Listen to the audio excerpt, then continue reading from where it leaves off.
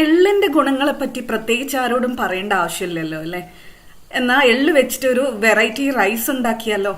ഇത് post delivery കെയറിലുള്ളവർക്കും ഇപ്പോൾ teenage പ്രായത്തിലുള്ള മക്കൾക്കും അനീമിക് ആയിട്ടുള്ളവർക്കും വളരെ നല്ലതാണ്. നമസ്തേ, ഞാൻ ധന്യ. ഇത് വെജ് കേരള. എല്ലാവർക്കും വെജ് കേരളയുടെ ഒരു പുതിയ വീഡിയോയിലേക്ക് സ്വാഗതം. വീഡിയോ ഇഷ്ടപ്പെട്ടാൽ ഒരു ലൈക്കും ഒരു ഹൈപ്പും തരാൻ മറക്കല്ലേ.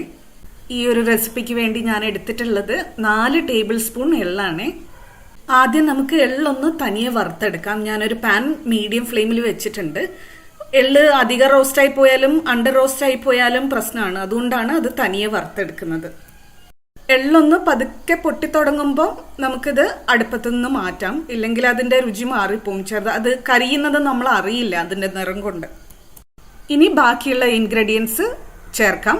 കടലപ്പരിപ്പ് 1.5 ടേബിൾ സ്പൂൺ, ഉഴുന്നുപരിപ്പ് 1 ടേബിൾ സ്പൂൺ, ചുവന്ന മുളക് ഒരു 8-10 എണ്ണം, ഇല്ലെങ്കിൽ എരിവിനനുസരിച്ച്, ജീരകം 1/4 ടീസ്പൂൺ മുതൽ 1 ടീസ്പൂൺ വരെ, ഒരു ചെറിയ ചെറുനാരങ്ങ വലുപ്പത്തിലുള്ള പുളി എടുത്തിട്ടുണ്ട്, വെളുത്തുള്ളി ഒരു 4-5 അല്ലി എടുത്തിട്ടുണ്ട് തോലോടുകൂടി. ഇത് ഇഷ്ടമില്ലാത്തവർക്ക് ഇത് സ്കിപ്പ് ചെയ്യാം കേട്ടോ. 3 തണ്ട് കറിവേപ്പിലയും കൂടെ ചേർക്കുന്നുണ്ട്. ഇനി ഇതെല്ലാം ഒരുമിച്ച് ഇളം തീയിലിട്ട് ഡ്രൈ റോസ്റ്റ് ചെയ്തെടുക്കാം. ഇതിൽ പരിപ്പിന്റെ നിറം നോക്കിയാൽ മതി. അതൊന്ന് ചെറുതായിട്ട് ബ്രൗൺ നിറമായിട്ട് വരുമ്പോൾ നമുക്കിത് അടുപ്പത്തൊന്ന് മാറ്റാം. അപ്പോഴേക്കും ബാക്കി ഇൻഗ്രീഡിയൻസ് എല്ലാം റെഡിയായി കിട്ടും. ഇതപ്പം പരിപ്പിന്റെ നിറം ചെറുതായിട്ട് ബ്രൗൺ ആയിട്ടുണ്ട്. ബാക്കിയുള്ള ഇൻഗ്രീഡിയൻസ് ഒക്കെ നന്നായിട്ട് ചൂട് പിടിച്ചിട്ടുണ്ട്. ഇനി നമുക്കിത് അടുപ്പത്തൊന്ന് മാറ്റാം. എല്ലാം കൂടെ ഞാനൊരു റൂം ടെമ്പറേച്ചറിലുള്ള ഒരു പ്ലേറ്റിലേക്ക് മാറ്റിയിട്ടുണ്ട്. അതിന്റെ കൂടെ തന്നെ ഇപ്പൊ എള്ളും കൂടെ ചേർത്ത് കൊടുക്കുകയാണ്. ഇതൊക്കെ ഒരു വാം സ്റ്റേജിലേക്ക് വരുമ്പോൾ നമുക്കിതൊക്കെ കൂടെ പൊടിച്ചെടുക്കാം. ഇതുപോലെ തരിതരിപ്പുള്ള പൊടിയായിട്ട് കിട്ടിയാൽ മതി. ഫൈൻ പൗഡർ ആക്കണ്ട. മിക്സിയുടെ ചെറിയ ജാറിലിട്ട് ഒരു 2-3 പൾസ് കൊടുത്താൽ മതി. അതേ പാൻ വീണ്ടും മീഡിയം ഫ്ലെയിമിലേക്ക്. പാൻ ചൂടാകുമ്പോൾ എണ്ണ ചേർക്കാം. വെളിച്ചെണ്ണയോ എള്ളെണ്ണയോ ചേർക്കാം കേട്ടോ. ഒരു 3 ടേബിൾ സ്പൂൺ. ഓയിലൊന്ന് ചൂടായിട്ട് വരുമ്പോൾ അതിലേക്ക് കടുക് 1 ടീസ്പൂൺ, ഉലുവ ഒരു 1/4 ടീസ്പൂൺ, ഇത്രയും ചേർത്ത് കൊടുക്കാം. കടുകും ഉലുവയും ഒന്ന് പൊട്ടി വരുമ്പോൾ ഇതിലേക്ക് കാഷ്യൂ നട്ട്സ് ഉണ്ടെങ്കിൽ ചേർക്കാം. ഒരു 10-12 എണ്ണം സ്പ്ലിറ്റ് ചെയ്തത്. കൂടെ തന്നെ ഒരു 1/4 കപ്പ് റോസ്റ്റ് ചെയ്ത നിലക്കടല ചേർത്ത് കൊടുക്കാം. നന്നായിട്ട് റോസ്റ്റ് ചെയ്യാൻ തുടങ്ങിക്കോളൂ. നിലക്കടലയും കശുവണ്ടിപ്പരിപ്പും ഒരു ചെറുതായിട്ട് നിറം മാറുന്നത് വരെ.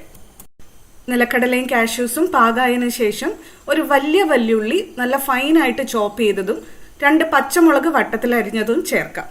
ഒരു മീഡിയം ടു ഹൈ ഫ്ലെയിമിലിട്ട് നന്നായിട്ട് വഴറ്റിക്കോളൂ കേട്ടോ. ഉള്ളി ഒന്ന് സോഫ്റ്റ് ആവുന്നത് വരെ.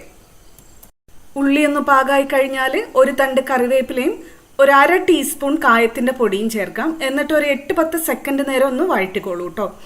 ഞാൻ ചോറ് വേവിച്ചപ്പോൾ ഉപ്പ് ചേർത്തിരുന്നു. നിങ്ങൾ അങ്ങനെയാണ് ചെയ്യുന്നതെന്നുണ്ടെങ്കിൽ ഇവിടെ വേണമെങ്കിൽ ഒരു അല്പം ഉപ്പ് ചേർത്ത് കൊടുക്കാം.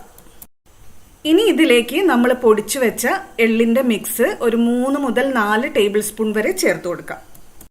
എന്നിട്ടൊരു 10-15 സെക്കൻഡ് നേരം ഒന്ന് വഴറ്റി കൊടുത്തോളൂ കേട്ടോ. ലോ ഫ്ലെയിമിലിട്ടിട്ട് 10-15 സെക്കൻഡ് നേരം നമ്മൾ വഴറ്റുമ്പോഴേക്കും അതിന്റെ രുചിയൊക്കെ അതിലേക്ക് ഇറങ്ങിയിട്ടുണ്ടാകും, എണ്ണയിലേക്കും മറ്റ് ഇൻഗ്രീഡിയൻസിലേക്കും. ഇനി നമുക്ക് ഒരു 3 കപ്പ് കുക്ക് ചെയ്ത റൈസ്, ഞാനിവിടെ കൈമ അരിയാണ് എടുത്തിട്ടുള്ളത്. അതും ഒരു ഫ്ലേവർ തരും.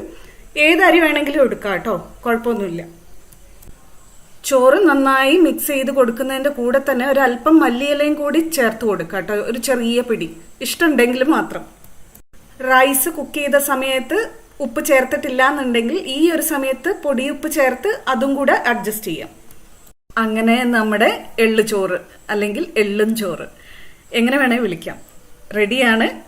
അപ്പോൾ എല്ലാവരും ഇത് വീട്ടിലുണ്ടാക്കി കഴിച്ചു നോക്കൂ കേട്ടോ. നല്ലതാണ് ശരീരത്തിന്. ഏത് കാലാവസ്ഥയിൽ വേണമെങ്കിലും കഴിക്കാവുന്നതാണ്. അപ്പോൾ thank you for watching. Dhanya from veg Kerala.